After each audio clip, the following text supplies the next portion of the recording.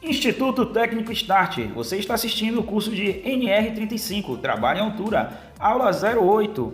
Aqui iremos dar continuidade na leitura da norma. Item 35.5, Sistema de Proteção contra Quedas. Olha lá, é obrigatória a utilização do sistema de proteção contra quedas, sempre que não for possível evitar o trabalho em altura.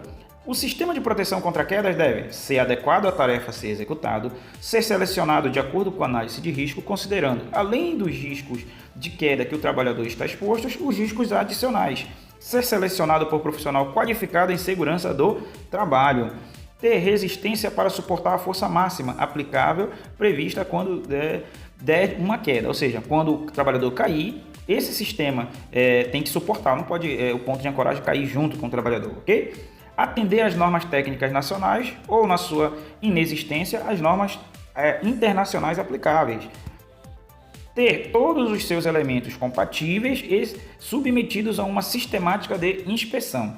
A seleção do sistema de proteção contra quedas deve considerar a utilização de sistema de proteção coletivos contra queda, que é o SPCQ, e de sistema de proteção individual contra quedas, SPIQ, nas seguintes situações.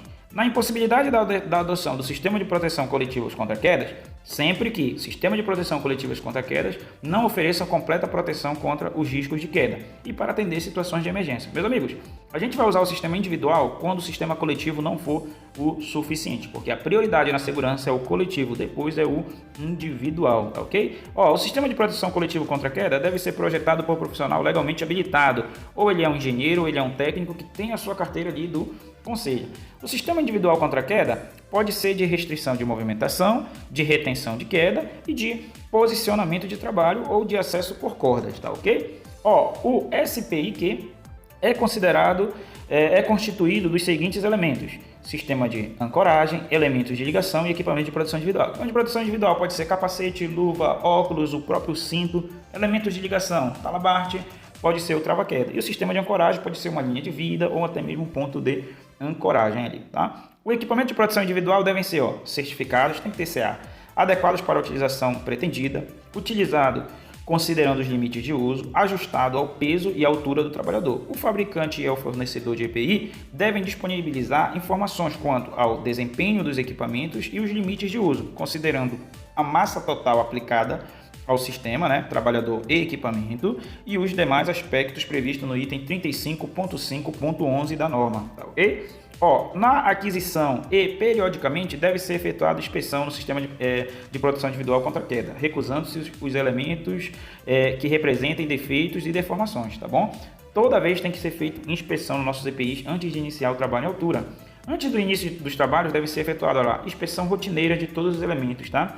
Devem ser registrados os resultados das inspeções na aquisição, periódicas e rotineiras, quando os elementos do sistema de proteção individual contra queda forem recusados. Então, deve ser feito esse registro, tá bom? No início, quando compra, e quando tem algum defeito, a gente registra também, tá ok?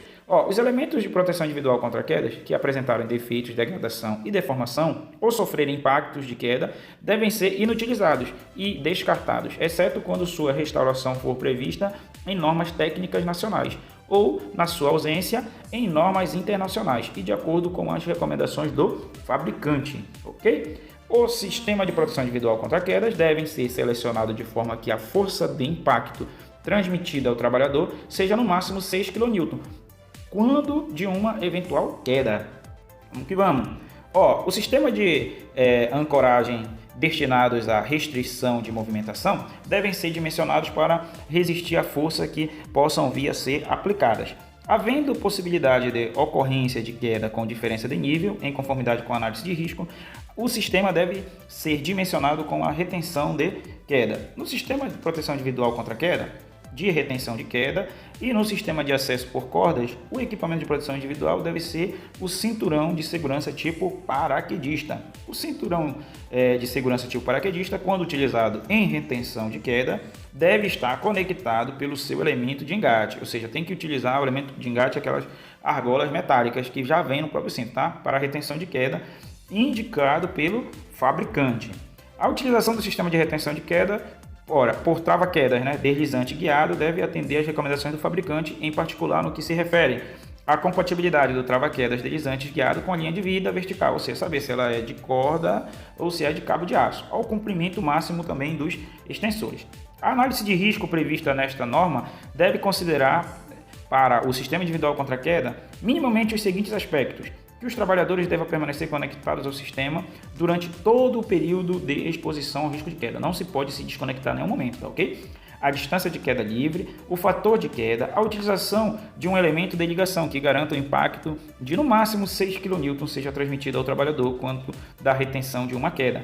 A zona livre de queda, não se pode o trabalhador cair e se bater em alguma parte da estrutura ali, tá ok? Compatibilidade, né, entre os sistemas individuais de proteção contra quedas. Tá? O talabarte é um dispositivo trava-queda. Devem ser posicionados, olha, quando aplicável, acima da altura do elemento de engate para a retenção de quedas do equipamento de proteção individual, de modo a restringir a distância da queda livre, de forma a assegurar que, em caso de ocorrência de queda, o trabalhador não colida com a estrutura inferior. O talabarte, exceto quando especificado pelo fabricante, e considerando as suas limitações de uso, não pode ser utilizado conectado a outro talabarte e elemento de ligação ou extensor, e com os nós ou laços, tudo beleza? Sistema de emergência. O empregador deve disponibilizar equipe para respostas em caso de emergência para trabalho em altura. A equipe pode ser própria, externa ou composta pelos próprios trabalhadores que executam o trabalho em altura, em função das características das atividades. O empregador deve assegurar que a equipe possua os recursos necessários para a resposta de emergência, e as ações de resposta de emergências que envolvam trabalho em altura devem constar no plano de emergência da empresa.